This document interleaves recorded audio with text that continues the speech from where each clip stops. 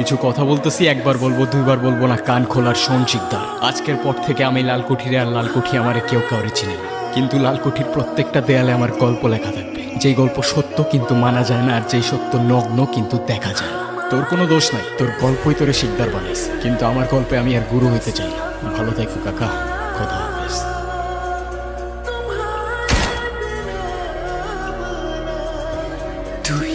গুরু আমারে মাফ করে দিও। গুরু, সারা জীবন তো একটা জিনিসই খুঁজছস না, তোর মা। হে গুরু, তোর মা আর কেউ না, বেগম সাহ।